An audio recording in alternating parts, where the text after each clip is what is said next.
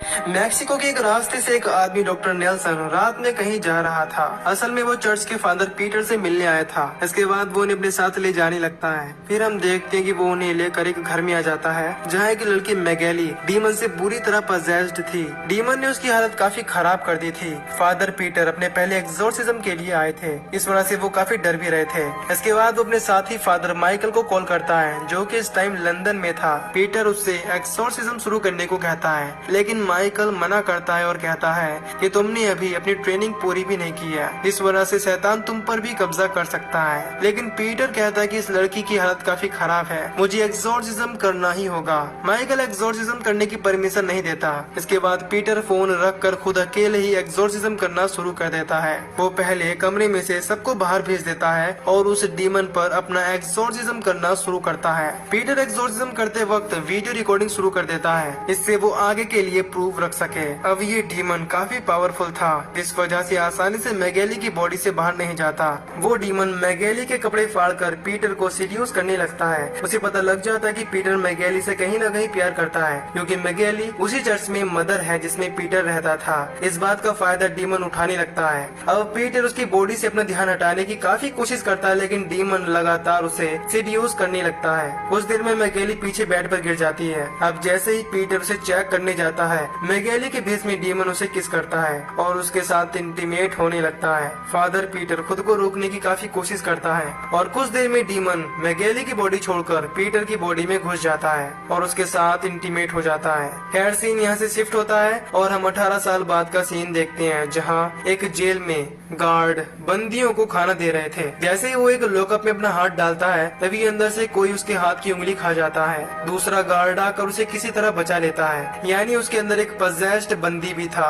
Scene change होता है और हम फादर पीटर को देखते हैं जो बिल्कुल ठीक थे और वो अब गरीबों को खाना देकर उनकी मदद कर रहे थे। एक दिन एक लेडी पीटर से मदद लेने आती है। वो कहती है कि कुछ टाइम से मेरा बेटा काफी बीमार है। पीटर उसके घर जाकर होली वाटर से चेक करता है, लेकिन वो लड़का कोई अजीब हरकत नहीं करता। इसका मतलब था कि वो बीमार है, ना कि पजेस्ड। इसके बाद वो उसे हॉस्पिटल ले जाता है। डॉक्टर नेल्सन उसे बताते हैं कि शहर में एक अजीब तरीके का वायरस फैल गया है, जिसकी वजह से बच्चे लगातार बीमार पड़ रहे हैं। इसके बाद पीटर सब बच्चों के लिए चर्च में प्रे करता है, इससे सब बच्चे ठीक हो जाएं। फिर यहाँ नेल्सन आता है और बताता है कि इस हफ्ते बीमारी की वजह से 4 बच्चों की मौत हो चुकी है। पीटर मैगेली के साथ हुए उस इंसिडेंट के बारे में अब तक खुद को दोषी मान रहा था। वो इस बारे में चर्च के लीडर बिशप से बात करता है और कहता है कि काफी टाइम पहले उससे एक पाप हो गया, लेकिन बिशप कहते हैं कि जो हुआ भूल जाओ, तुमने काफी लोगों की मदद की है और गॉड तुम्हारे साथ है। पीटर उन्हें यहाँ उसी रात की वीडियो क्लिप देने आया होता है, जिसमें वो मैगेली के साथ इंटीमेट हुआ था, लेकिन उसे देने की हिम्मत नहीं होती।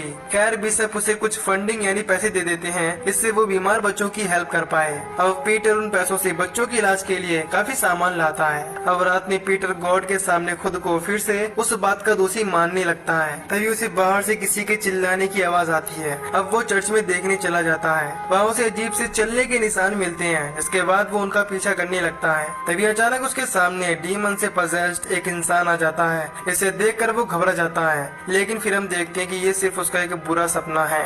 इसके बाद फिर से डीमन उसके पीछे से आकर अटैक कर देता है, लेकिन यह भी एक सपना ही होता है। इसके बाद पीटर अपनी नींद से जाग जाता है और तभी उसे उसी जेल वाले गार्ड का फोन आता है, जहाँ वो डीमन कैद था। वो गार्ड पीटर से कहता है कि यहाँ पर एक कैदी की हालत ज्यादा खराब है। वो उसे जेल में देखने आने को कहता है। अगले दिन पीटर उसे देखने के लिए नेल्सन को भी अपने साथ ले जाता है। अब वो उसी सेल के अंदर आकर उसे देखने लगते हैं। वहाँ वो देखते हैं कि एक लड़की बुरी तरह से डीमन के कब्जे में है। यहाँ वो डीमन उन सभी को डराने लगता है और वैसा ही करता है जैसा मैगेली वाला डीमन कर रहा था। खैर पीटर यहाँ कोई एक्सोर्सिज्म किए बिना सेल से बाहर आ जाता है। अब जैसे ही वो उससे बाहर आते हैं, उन्हें अजीब सी आवाजें आने लगती हैं। इससे उन सभी को काफी तकलीफ होती है। इसके बाद दूसरे कमरे में वो उसी गार्ड के साथ बैठकर बातें कर रहे होते हैं। तभी यहाँ मैगेली आती है और हमें पता चलता है कि वो सेल वाली लड़की और कोई नहीं, पीटर और मैगेली की बेटी एस्पेरांजा है। असल में 18 साल पहले जब वो दोनों डीमन की वजह से इंटीमेट हो रहे थे, तो डीमन पीटर के जरिए उनके होने वाले बच्चे में चला गया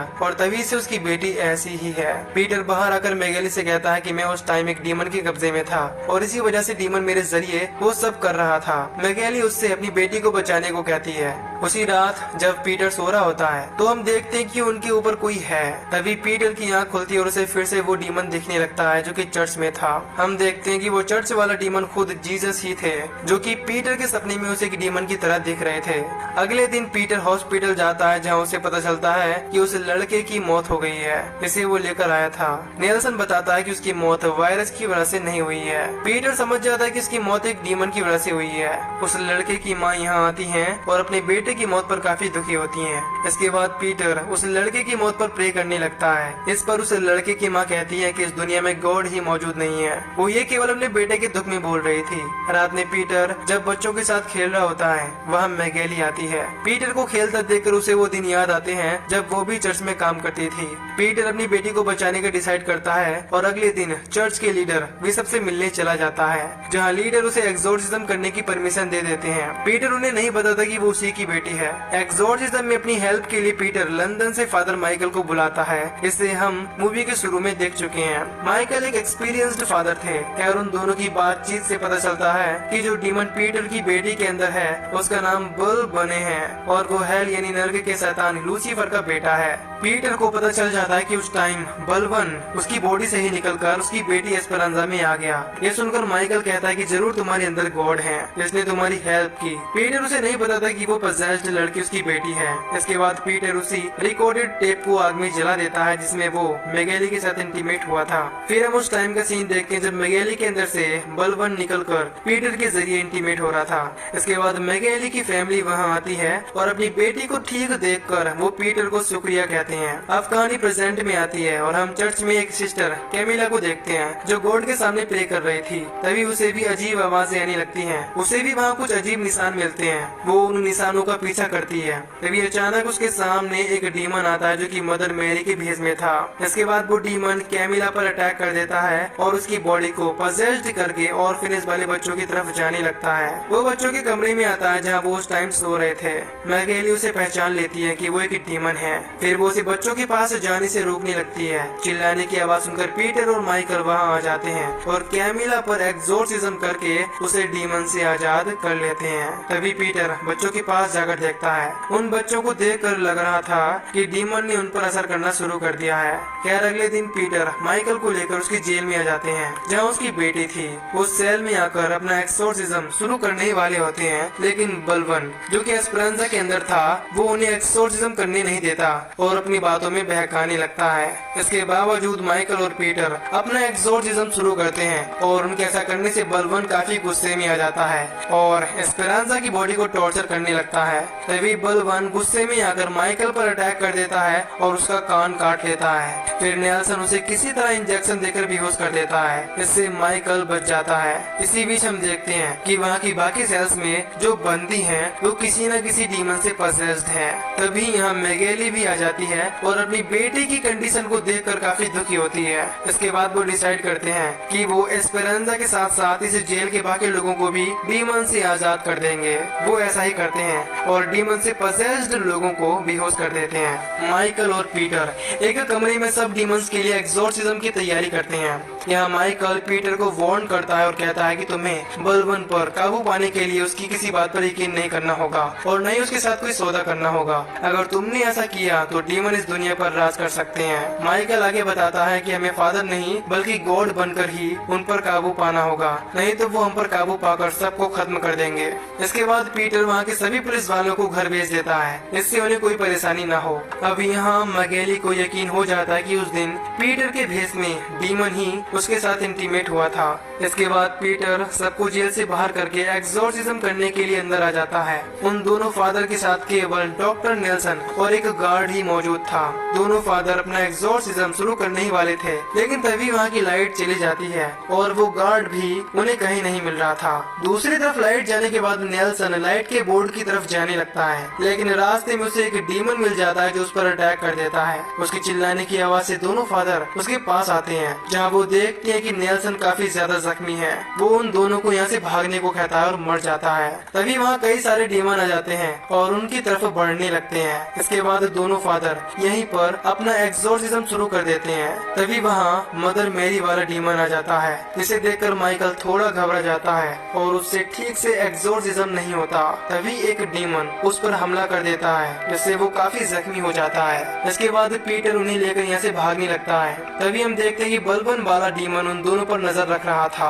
इसके बाद दोनों फादर उनसे बचकर जेल वाले किचन में आ जाते हैं और दरवाजे को अच्छे से बंद कर देते हैं। यहाँ माइकल पीटर पर गुस्सा होता है और कहता है कि हमारे प्रेयर्स काम क्यों नहीं कर रही, यानी कि एक्सोर्सिज्म काम क्यों नहीं कर रहा। अब यहाँ पीटर उसे सब बातें बता देता है कि उस रात डीमन ने मुझे पजेस्ट करके मैगेली को प्रेग्नेंट कर दिया। ये सुनकर माइकल को काफी बुरा लगता है और समझ जाता है कि शायद इसीलिए ही पीटर की प्रेयर्स काम नहीं कर रही। लेकिन पीटर माइकल से कहता है कि तुम्हारी प्रेयर्स काम करनी चाहिए और काम बनना चाहिए। अब यहाँ माइकल रिवील करता है कि उसने काफी टाइम पहले बलवन के साथ सौदा करके अपनी सारी पावर्स खो दी, यानी कि वो अब प्योर नहीं है, जिस वजह से उसकी भी प्रेयर्स काम नहीं कर रही। यहाँ माइकल पीटर से कहता है कि तुम डीमन से सौदा कभी मत करना, और यही कहकर उसकी मौत हो जाती है। अब डीमन दरवाजा खोलकर अंदर आने लगते हैं, जिस पर पीटर जल्दी से दूसरे कमरे में आ जाता है और खुद के फोन से वीडियो बनाने लगता है, जिसमें वो कहता है कि 18 साल पहले बलवन ने मुझ पर काबू होकर मैगेली को प्रेग्नेंट कर दिया, इससे उसे एक बेटी हुई। इसके बाद वो ये वीडियो हिम्मत करके बिशप को सेंड कर देता है। फिर पीटर अकेले ही उन डीमंस पर एक्सोर्सिज्म करने बाहर आ जाता है। उसे एक्सोर्सिज्म करने से वहाँ के डीमंस को तकलीफ होनी शुरू हो जाती है, लेकिन तभी वहाँ जीसस वाला डीमन आ जाता है, जो कि पीटर का सबसे बड़ा डर था।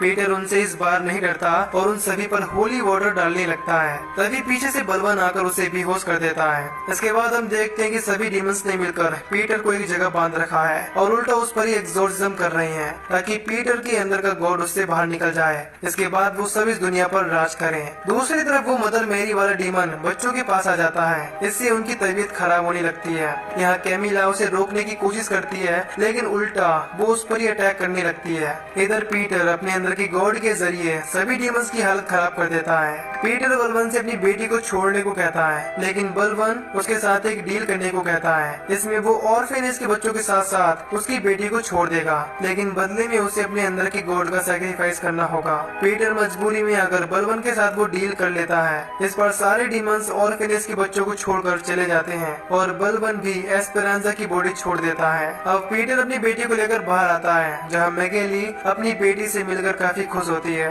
अगले सीन में हम देखते हैं कि पीटर सभी बच्चों के साथ मिलकर चर्च में प्रे करता है। अब बच्चों की जान बचाने की वजह से लोग उससे असली गॉड मानने लगे थे और उनके मन में पीटर के लिए रिस्पेक्ट काफी बढ़ गई थी। उसकी ये बात न्यूज में भी आ जाती है। ये देखकर बिशप पीटर पर काफी प्राउड होते हैं। पीटर उनसे वीडियो के बारे में बात करने लगता है, जिस पर वो कहते हैं कि उन्होंने उस वीडियो को देखे बिना डिलीट कर दिया, क्योंकि वो पीटर से काफी ज्यादा खुश थे। वो जानते थे कि पीटर ने जानबूझकर कुछ नहीं किया। यहाँ एस्पेरांजा और कैमिला आते हैं और पीटर को गले लगाकर काफी खुश होते हैं। एस्पेरांजा को अब तक नहीं पता होता कि उसके डैड पीटर ही हैं। तभी हम देखते हैं कि पीटर की आंखों का कलर बदल रहा है, यानी उसके अंदर अब बलवन आ गया है। वे सब उसे पहचान लेते हैं और काफी घबरा जाते हैं। बलवन यहाँ उन्हें बताता है कि पीटर ने ही बच्चों और अपनी बेटी को बचाने के लिए अपने अंदर की गॉड की बलि दे दी है।